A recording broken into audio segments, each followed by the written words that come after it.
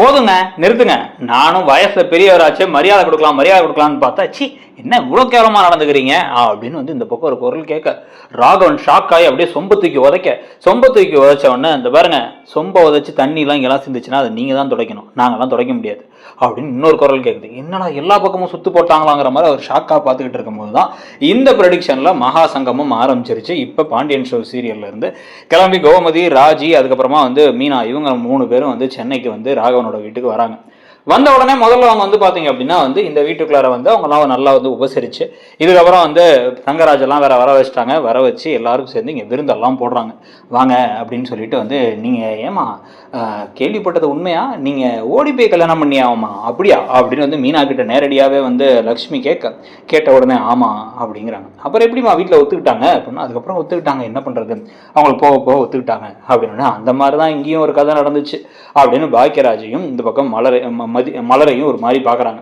பார்க்கும் பொழுதே வந்து அம்மா அப்பா பார்த்த பொண்ணை கல்யாணம் பண்ணிக்கிறத விட்டுட்டு இதெல்லாம் வந்து ரொம்ப தப்பு அப்படிங்கிற மாதிரி வந்து தங்கராஜ் ஏதோ பேச ஆரம்பிக்கும் போது தான் வந்து பார்த்தீங்க அப்படின்னா வந்து இப்போ ஒருத்தருக்கு ஒருத்தர் பார்த்துக்கிறாங்க. ராஜி, அதுக்கப்புறம் வந்து மீனா, கோமதி எல்லாருமே. ஏன்னா இவங்க 3 பேருமே கிட்டத்தட்ட வந்து ஓடி போய் கல்யாணம் பண்ண மாதிரி தான் இவங்க 3 பேரோட நிலைமையுமே அப்படிங்கிறனால அவங்க ஒருத்தர் பார்த்துக்கிறாங்க.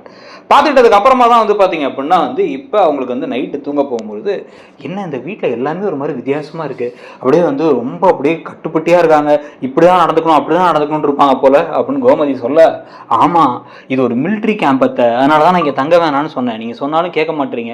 இதில் வீட்டில் அந்த ஒரு பையன் இருக்கார்ல சுரேஷ், அவருக்கு இப்போ தான் கல்யாணம் முடிஞ்சு, அந்த கல்யாணத்துக்கு ஆனால் வந்து கூப்பிட்டுருந்தாங்க, அம்மா அப்பா போகலான் இருந்தாங்க, ஆனால் அதுக்கப்புறம் இங்கே ஏதோ நிறைய கலவரம்லாம் நடந்துச்சுன்னாங்க. அப்படிங்கும் போதே மலரும் மதியும் இவங்களை பார்த்து பேச வராங்க. அது வேணும், ஆமாம் உட்காருங்கம்மா அப்படின்னு வந்து பேச ஆரம்பிக்கும் பொழுது கோமதி கிட்டக்க, அட போங்கத்தை என்னத்தை நீங்கள் அப்படின்ட்டு வந்து மீனாவும் ராஜியும் வந்து அவங்கள தள்ளி அடிச்செல்லாம் விளையாடுறத பார்த்து இவங்களுக்கு அப்படியே ஒரு மாதிரி ஷாக் ஆகுது. மலருக்கும் மதிக்கும் ஒருத்தர் பார்த்துக்கிறாங்க. நீங்கள் எல்லாம் எப்பயுமே இப்படி தான் இருப்பீங்களா அப்படின்னா, இப்படி தான்னா அப்படின்னா, இல்லை ரொம்ப ஜாலியாக ஃப்ரெண்ட்லியாக ஒரு மாமியார் மருமக அப்படிங்கிற மாதிரியே இல்லையே, ஜாலியாக இருக்கீங்களே அப்படின்னா, மாமியார் மருமகனா என்னம்மா, மருமகள்னா என்ன, எனக்கு இன்னொரு மகள்ங்கிற மாதிரி தானே, இவங்க 2 பேரும் எனக்கு மக மாதிரி தான்.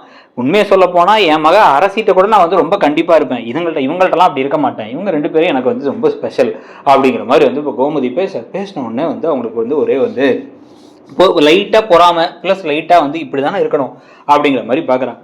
பார்த்ததுக்கப்புறமா, சாரி உங்கள் கல்யாணத்துக்கு வர முடியல அப்படின்னு வந்து இப்போ மதிக்கிட்ட வந்து மீனா சொல்ல ஒன்று, ஆனால் ஏதோ நிறைய பிரச்சனைலாம் நடந்துச்சுன்னு சொன்னாங்களே அப்படிங்கும் போது இப்போ அந்த விஷயத்தை ரிவீல் பண்ணுறாங்க. என்ன அப்படின்னா, சுரேஷுக்கு பார்த்த பொண்ணு வேறு, ஆனால் சுரேஷுக்கு இவங்க கொடுத்த கேஸால் பிரச்சனையாகி கடைசியாக கடன் தொல்லையால் தான் கல்யாணம் பண்ணாங்கன்னு தெரிஞ்சவொடனே ஷாக் ஆகிட்டாங்க. ஐயோ அப்படியா அப்படின்ட்டு வந்து, இப்போ ஓகேவா, இப்போ உங்களுக்கு பேத்துக்குள்ள ஒரு அண்டர்ஸ்டாண்டிங் வந்துருச்சா அப்படின்னு மீனாவும் ராஜியும் கேட்கும் பொழுது, அப்படின்னு இல்லை, வந்துடும் போக வந்துடும் அப்படின்னு வந்து மலர் சொல்கிறாங்க அந்த பக்கம் இருந்து. உடனே எங்களுக்கும் இந்த மாதிரி தான் அப்படின்ட்டு வந்து ராஜிக்கும் கதிருக்கும் எப்படி கல்யாணம் நடந்துச்சுங்கிறத ராஜி சொன்ன உடனே வந்து பரவாயில்லையே அப்படின்னு இவங்கெல்லாம் ஷாக் ஆகிறாங்க. அதுக்கப்புறம் இப்போ எப்படி இருக்கீங்க அப்படின்னா, இப்போ என்ன 2 பேரும் நகமும் சதையுமா ஒன்னாவே தான் இருப்பாங்க அப்படின்னு வந்து அதை கோமதி சொல்லிட்டு இருக்காங்க.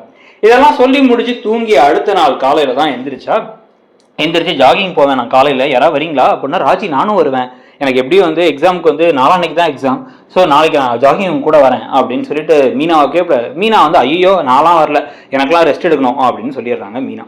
சொன்னதுக்கப்புறமா தான் என்ன ஆகுது அப்படின்னு வந்து பார்த்தீங்கன்னா, காலையில் எழுந்திரிச்சு ராஜியும் இந்த பக்கம் வந்து சேர்ந்து போகும் பொழுதே வந்து லக்ஷ்மி வெளில வந்துட்டு எங்கே அந்த மதி அப்படின்னு மலர்கிட்ட கேட்கும் பொழுதே வந்து அவள் எப்பயும் போல ஜாகிங் போயிட்டா, அவள் ஜாகிங் போயிருக்காத்த அப்படின்னா, ஓ எப்பயும் போல போயிட்டாளா, என்னதான் நினச்சிட்டு இருக்கா அவன் மனசுல, என்ன நினச்சிக்கிட்டு இருக்கா அப்படின்னு வந்து கோவமாயிட்டு, வீட்டில் ஆள் வந்திருக்காங்க, விருந்தாளி வந்திருக்காங்க அப்படின்னு வந்து பேசிக்கிட்டு இருக்கும் போதே கோமதி அங்கே வராங்க. வந்த உடனே, நீங்கள் போங்க உள்ளார, நாங்கள் காஃபி கொடுத்துட சொல்கிறேன் அப்படிங்கிறாங்க லக்ஷ்மி. இல்லை நான் ஹெல்ப் பண்ணுறேன் அப்படிங்க. ஏன்னா உங்கள் மருமகளும் சொல் பேச்சு கேட்காம போயிட்டாளா ஜாகிங்க்கு, இப்படி தான் அந்த மருமகளே சரியில்லை அப்படின்னு பேச ஆரம்பிச்சோன்னா வந்து, அதில் என்ன இருக்குது, அவள் காலையில் 4:30-5 மணிக்கெலாம் எந்திரிச்சு என் பையனோட ஜாகிங் போயிடுவா, நானே அவளுக்கு சில நாளாக எந்திரிச்சு டீ போட்டு கொடுப்பேன், இல்லை அப்படின்னா வந்தோடனே அவளுக்கு நான் தான் டீ போட்டு கொடுப்பேன் அப்படின்னா, நீங்கள் டீ போடுறீங்களா, இப்படிலாம் இருந்தால் மருமகளுக்கு எப்படி உங்கள் மேலே மரியாதை இருக்கும் அப்படின்னா, அப்படின்னா மரியாதை பயம் இதெல்லாம் எதுக்கு இருக்கணும்? பாசம் இருந்தால் போதாதா? குடும்பத்துக்குள்ளார எதுக்கு வந்து இவங்கன்னா பயம் இருக்கணும், அப்படின்னா இப்படி இருக்கணும் அப்படின்னா இருக்கிறது அப்படின்னா இல்லை எங்கள் வீட்டு பொம்பளைங்களாம் அப்படிலாம் போக மாட்டோம், இவ தான் ரொம்ப வித்தியாசமாக நடந்துக்கிறா அப்படின்னா ஒவ்வொருத்தங்களுக்கும் ஒவ்வொரு பழக்க வழக்கம் இருக்கும். எல்லாரும் சேர்றதான குடும்பம். ஒரு குடும்பத்தில் இருக்கவங்களே கல்யாணம் பண்ணிக்கலாம், அண்ணன் தங்கச்சி கல்யாணம் பண்ணிக்க மாட்டாங்களா? வெவ்வேறு குடும்பத்துலேருந்து ஆளுங்க வராங்க அப்படின்னா அந்த ஆளுங்கெல்லாம் வரும்போது அந்தந்த வீட்டு பழக்கம்லாம் வரதான் செய்யும். அதில் நல்லது ஏதோ அதை நம்ம எடுத்துக்கணும், கெட்டது ஏதோ அதை நம்ம பார்த்துக்கணும். இதெல்லாம் ஒரு நல்ல விஷயம் தானே, ஹெல்த் கான்சியஸாக இருக்கிறது அப்படின்னு வந்து மீனாவும் பேசுகிறாங்க. ஒன்றும் இப்போ அமைதியாக லக்ஷ்மி இருக்கும்பொழுது தான் இப்போ அடுத்து வந்து இப்போ திடீர்னு வந்து மலரை கூப்பிட்டு, மலர் இதை எடுத்து வா, மலர் இதை பண்ணு அப்படின்னு எப்பயும் போல் அதிகாரம் பண்ண உடனே வந்து நார்மலாக கேஷுவலாகவே வந்து மீனா என்ன சொல்கிறாங்கன்னா, மாமா அது இங்கே தானே இருக்குது, எடுத்துக்கலாமே நீங்கள் அப்படின்னு சொன்ன உடனே கோவமாயிடுறாரு ராகவன். உடனே சொல்லும் பொழுதே நல்லா சொல்லுங்க, இதை தான் நானும் சொன்னேன், நான் சொன்ன போது கேட்கல அப்படின்ட்டு வந்து மதி உள்ளார வர ராகவன் அப்படியே கோவமா என்னடா அப்படின்னு முறைக்கிறாங்க. ஒன்று அந்த பாரு மதி தேவையெல்லாம் பேசாத அப்படின்னு லக்ஷ்மி பேச ஆரம்பிக்கும் பொழுதே வந்து இல்லை இங்கே தானே இருக்குமாம்மா, அதனால தான் நீங்கள் எடுத்துக்க வேண்டியதானே, இப்போ இங்கே இருக்க ரிமோட் எடுக்கிறதுக்கு எதுக்கு அங்கேருந்து அந்த மலரக்கா வரணும், இல்லை பின்னாடி இருக்க அந்த சுவிட்ச் ஆன் பண்ணுறதுக்கு அவங்க எதுக்கு வரணும், எல்லா விஷயத்துக்கும் இப்படி இருந்தால் எப்படி? அதே மாதிரி இப்போ தான் பார்த்தேன் அவங்க ஜாகிங் போனதுக்கு வந்து இந்த நல்ல குடும்பத்து பொம்பளைங்க பண்ணுற காரியமா இதுன்னு ஏதோ பேசுகிறாங்க.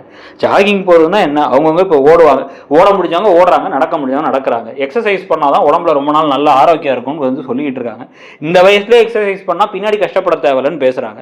இதுல என்ன தப்பு இருக்கு அப்படின்னா, அந்த பாருமா எனக்கு நீ ஒன்றும் அட்வைஸ் கொடுக்க தேவையில்ல, உங்க அம்மா அப்பா பேச கேட்காம ஓடி போனதானே நீ அப்படின்னு வந்து தேவையில்லாம இதெல்லாம் பேசாதீங்க மாமா அப்படின்னு வந்து இவங்க இந்த பக்கம் மீனா பேசும் பொழுதே வந்து எப்போ பார்த்தாலும் இப்படிதான் சும்மா ஏதாச்சும் வந்து பழங்காலத்து ஆள் மாதிரி ஏதாவது ஒன்று பேச வேண்டியது, பேசி இது தப்பு இது பண்ணாதீங்க அப்படின்னு சொன்னால் அது கோவம் வந்துடுறது அப்படின்னு மதியும் பேசுகிறாங்க.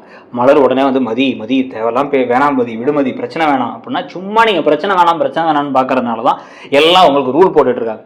பயம் இருக்கணும், மரியாதை இருக்கணும், எங்கள் குடும்பத்துக்குன்னு அது இருக்குது, உங்கள் குடும்பத்துக்குன்னு இது இருக்குது அப்படின்னா எது இருக்குது? ஏதாவது சட்டத்திட்டம் போட்டு புக் எழுதி வச்சிருக்கீங்களா அப்படின்னு மீனாவும் கேட்ட உடனே இந்த பாருமா முதல்ல வந்து தேவலாம் பேச நிறுத்துமா அப்படின்னு ராகவன் பேச, சும்மா குரலை வசதிட்டே இருக்காதீங்க மாமா, எல்லாரும் உங்களை பார்த்து பயப்படணும் அவசியம் இல்லையே.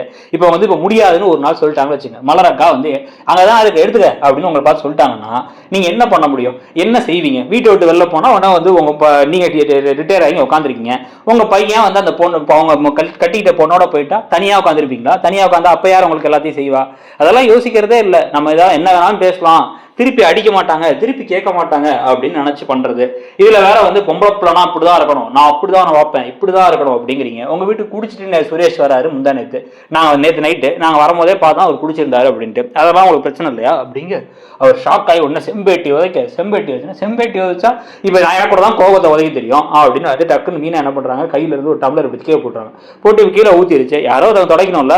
இப்போ மலரக்காவை நான் தொடக்க வேணாம்னு சொல்லி உள்ளார கூட்டு போயிட்டேன்னா நீங்க தொடப்பீங்களா அப்படின்னு கேட்க, லக்ஷ்மி அப்படின்னு ஒரு அப்படியே டென்ஷன் ஆகி அப்படியே வந்து பிபி ஏறின மாதிரி இருக்கு பாருங்க. ஒவ்வொரு குடும்பத்துக்கும் பழக்கம் இருக்குது, வழக்கம் இருக்குது, அது இருக்கு இது இருக்குன்னா அது ஒரு நியாயமான விஷயமா இருந்தா பரவாயில்ல. ஒருத்தங்களை போட்டு கஷ்டப்படுத்தி இன்னொருத்தங்களை மட்டும் அப்படியே வந்து ஆன்னு சொல்லிட்டு தூக்கி வச்சுட்டு இருக்கிறது பேர் பழக்க வழக்கம் கிடையாது அப்படின்னு சொல்லிட்டு இப்போ வந்து வேகமா மதியும் போக மீனாவும் போக இப்போ ராகவன் ஷாக்காகி உட்காந்துருக்க மாதிரி பல விஷயங்கள் நடக்குமா. இந்த மகாசங்கமம் ஒரு 2 வாரம் நடந்தா 2 வாரத்துக்குள்ளார பல சம்பவங்கள் அடுத்தடுத்து நடக்கும்னு நினைக்கிறீங்களா? உங்களை பொறுத்த வரைக்கும் என்ன தோணுது அப்படிங்கிறத சொல்லுங்க.